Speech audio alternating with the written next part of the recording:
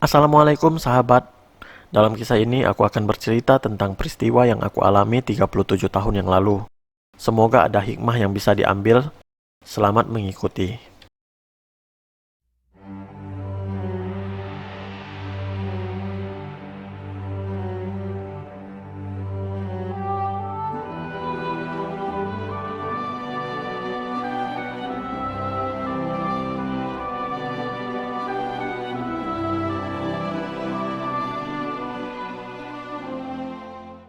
Tanggal, bulan, dan tahun di cerita ini adalah hal yang sebenarnya. Nama orang, instansi, dan tempat bukan nama sebenarnya. Gambar hanyalah ilustrasi. Janji Darah bagian 3. Kupuluk senja di dalam harapan. Jangan lupa like, share, dan subscribe channel ini. Sesekali aku berhenti mengganti posisi kopor yang berat dari tangan kanan ke tangan kiri. Sudah 1 jam aku berjalan. Sebuah becak bermotor menyusulku, berhenti tepat di depan menghalangi jalanku. "Kamu mau kemana?" tanyanya. "Ke Jakarta," kataku. "Mana surat keluar kamu?" "Saya tidak diberi surat apa-apa dari Ustadz Zulfikar. Katanya santri yang baru 3 bulan belum tercatat sebagai santri," jawabku. Kemudian dia menyuruhku meletakkan barang-barangku ke dalam becak motornya. Aku naik becak itu. Aku pikir akan diantar ke jalan raya, tapi becak itu berbalik arah. Dia membawaku kembali ke pondok. Orang-orang di jalan memandangiku dengan pandangan kasihan. Matahari sudah condong ke barat. Aku digiring ke pondok seperti seorang pesakitan. Aku merasa nanar. 3 hari mengurus kepindahanku dari pesantren ini, justru sekarang aku dianggap kabur dari pondok. Orang-orang menatapku dengan penilaian mereka masing-masing. Ketika memasuki pondok, santri-santri baru pulang masjid dari sholat asar. Mereka memandangiku namun tidak bereaksi apa-apa. Itu adalah pemandangan yang biasa dan sering terjadi. Aku dibawa ke kantor keamanan pondok. Semua anggota keamanan di pondok adalah santri kelas 5. Kami memanggil mereka kakak, walaupun mereka hanya setingkat kelas 2 SMA. Tapi adik-adik kelas tak berani melawan mereka. Mereka mendapat amanat dari pondok untuk mengatur adik-adik kelas. Aku masuk kantor itu untuk kedua kalinya. Tadi malam aku masuk karena terlambat ke masjid, disebabkan dari rumah Ustadz Zulfikar. Sekarang aku masuk lagi karena dituduh kabur. Di dalam sudah ada 3 orang santri yang juga tertangkap kabur. Berarti aku adalah tertuduh yang keempat sore itu.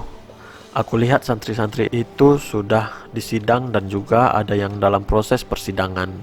Ada yang sudah dicukur botak rambutnya dan juga ada yang telah ditampar. Barang-barangku diletakkan di atas meja. Ada bantal, rantang warna perak, koporku diletak di lantai. Bantal itu menarik perhatian kakak keamanan. "Kamu kabur bawa-bawa bantal segala," katanya. "Itu bantal pemberian ibuku, Kak," jawabku. "Bawa-bawa bantal segala bikin malu aja kamu," katanya. Bantal itu memang sudah lusuh. Sejak aku di Al-Karim sampai Pondok Akbar, selalu menemani tidurku. Mau selusuh apapun pemberian ibuku pasti akan aku bawa. Aku bergidik melihat santri-santri yang telah botak kepalanya. Botaknya sama sekali tidak rapi. Apakah aku akan mendapatkan perlakuan serupa? Ada 8 orang kakak bagian keamanan waktu itu.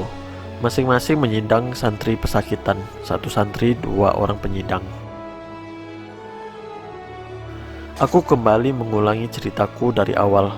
Mulai aku meminta izin pada kakak kelas di kamarku, menemui Ustadz Daud, menemui Pak Kiai, menemui Ustadz Zulfikar. Yang ternyata bukan itu ustadznya. Bertemu istri Ustadz Zulfikar dan bertemu dengan ustadz itu sendiri. Tapi ucapan pertama dari mulut mereka adalah aku bohong. Mereka mengancamku untuk mengaku bahwa aku sudah kabur dari pondok. Kemudian aku memberikan surat ibuku. Dia melihat dan membacanya. Kemudian mereka berkata, "Kecewa ibu kamu sama kamu. Kasihan ibu kamu sudah keluarkan uang banyak-banyak menyekolahkan kamu." Ternyata dia tidak membaca surat itu. Dia cuma pura-pura telah membacanya. Ucapan mereka tentang ibu yang kecewa itu ucapan yang sangat fasih. Pasti sudah ratusan kali mereka mengatakan kepada santri-santri yang tertangkap. Mereka terus mengintimidasi agar aku mengaku. Gunting telah diletakkan di kepalaku. Gunting sudah siap memangkas rambutku. Tiba-tiba aku tak merasakan kakiku. Lemas seolah-olah aku tak punya kaki lagi. Sepertinya aku duduk tanpa ditopang kaki. Kemudian aku meminta izin duduk di lantai. Pura-pura kamu ya. Tanpa mereka izinkan aku sudah berseloncor ke lantai. Aku istighfar berkali-kali. Aku ingat ibuku di kampung. Beberapa menit aku duduk di lantai. Setelah agak tenang dan merasa kakiku kembali, aku duduk di kursi untuk melanjutkan persidanganku.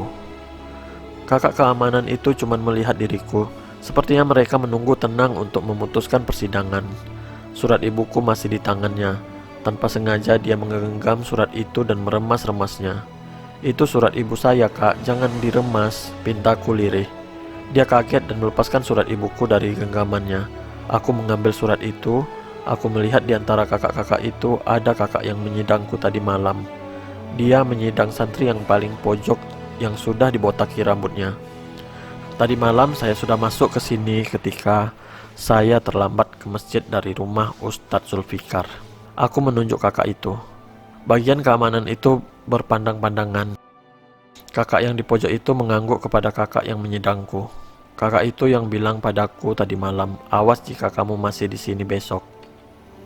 Setelah itu mereka mulai melunak padaku.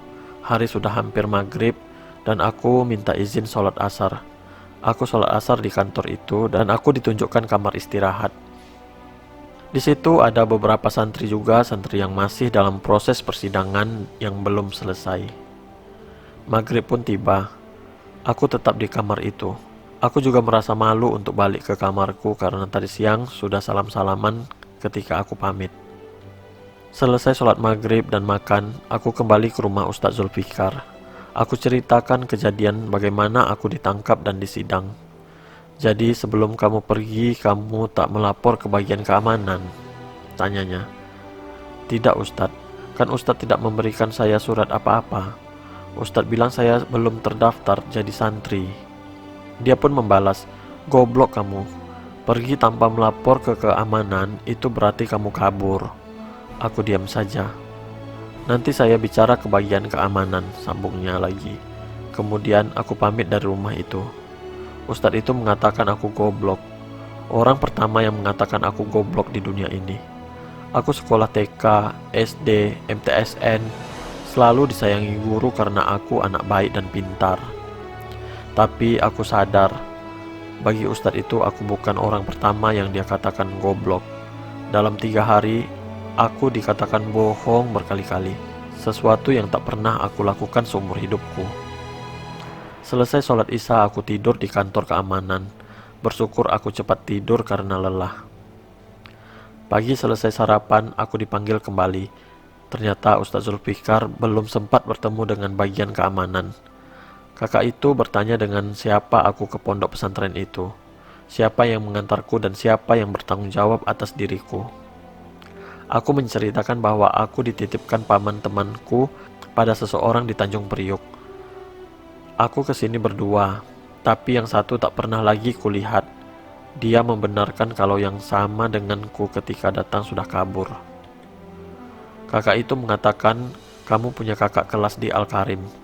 Dia adalah kakak sepupu yang kabur itu. Namun aku tak pernah bertemu dengannya di Al-Karim maupun di pondok ini. Kemudian aku disuruhnya ke Al-Karim untuk mendapatkan surat bahwa aku pergi karena ada yang menjaminku. Aku tak bisa membiarkan kamu pergi tanpa ada wali, katanya. Kalau terjadi sesuatu terhadap kamu di jalan, kami yang disalahkan, katanya. Kupikir urusan ini jadi panjang dan berbelit-belit, tapi aku ikuti saja perintah kakak keamanan itu. Selesai sholat duha, aku pergi ke tempat peminjaman sepeda. Dengan sepeda aku pergi ke pondok pesantren Al-Karim. Selama 2 bulan di Al-Karim aku tak pernah keluar pondok. Begitu juga selama 3 bulan di Pondok Akbar, aku tak pernah keluar. Aku mengayuh sepeda dengan berhenti berkali-kali menanyakan pada penduduk arah yang harus kutempuh. Sampai di pondok pesantren Al-Karim, hari itu sudah siang. Aku sholat dulu di masjid, kemudian mencari kakak kelas itu. Aku menceritakan bahwa aku disuruh pindah oleh orang tuaku. Mereka menyangka aku ke Jawa Barat sejak tidak lulus di Al-Karim. Namun aku tak menceritakan peristiwa yang menimpa diriku 3 hari belakangan ini. Dia tak mau memberiku izin untuk pergi ke pondok. Dia bilang tak ada kabar untuknya dari keluarganya di Tanjung Priok. Dia juga sudah tahu adik sepupunya yang bersamaku sudah kabur dan sudah sekolah di Jakarta Utara. Putus asa dia tak memberikan izin, aku minta surat yang mengatakan bahwa aku benar-benar telah datang menemuinya. Dia setuju. Dia masuk ke kamar untuk menulis surat itu. Sekitar setengah jam dia keluar dan memberikan surat itu padaku.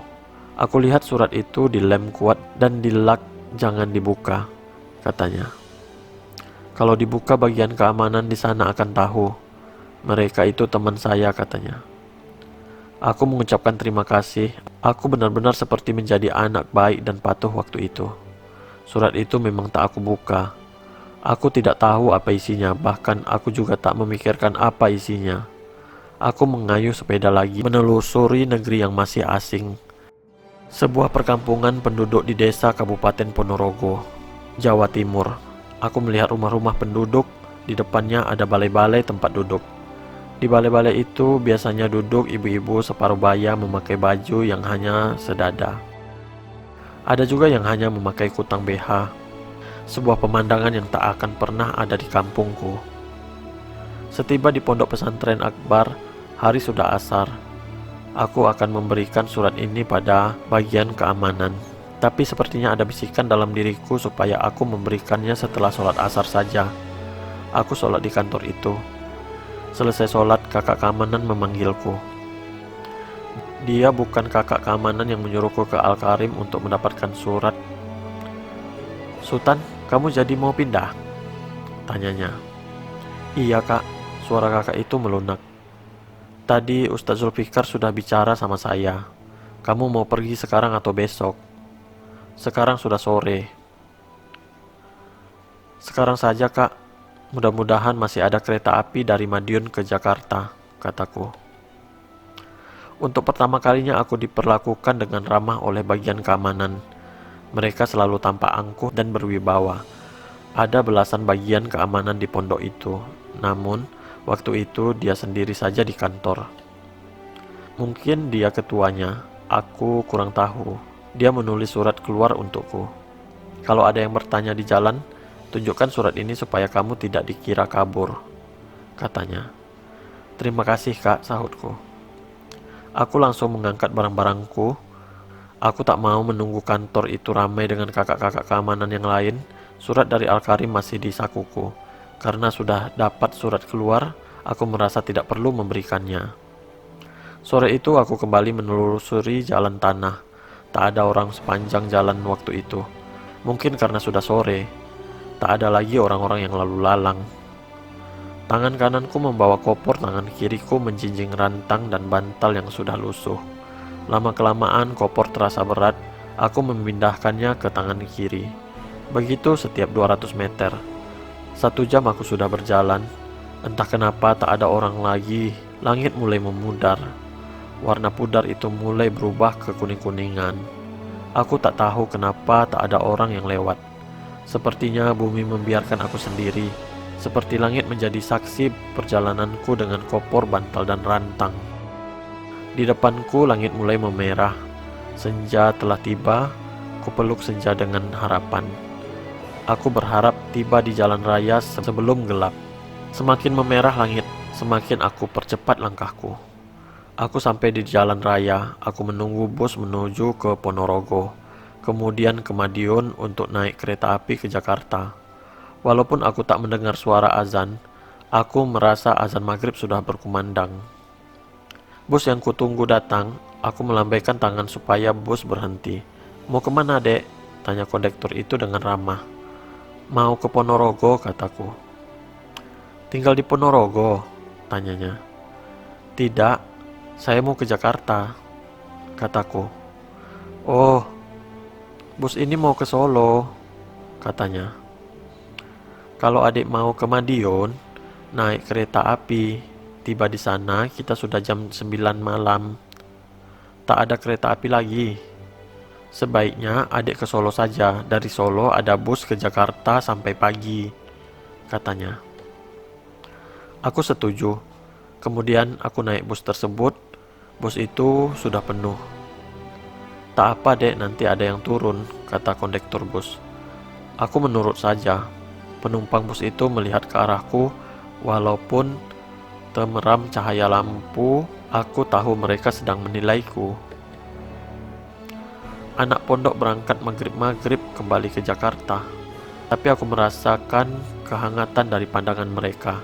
Entah apa yang terjadi padaku, mereka tak tahu. Namun sepertinya mereka bersimpati. Supirnya juga ramah. Dia bilang di Solo nanti dia akan mencarikan bus untukku ke Jakarta. Tak beberapa lama ada orang yang turun. Aku bisa duduk di tengah depan di samping sopir. Tak ada sandaran di tempat duduk itu, tapi aku bisa duduk dengan nyaman.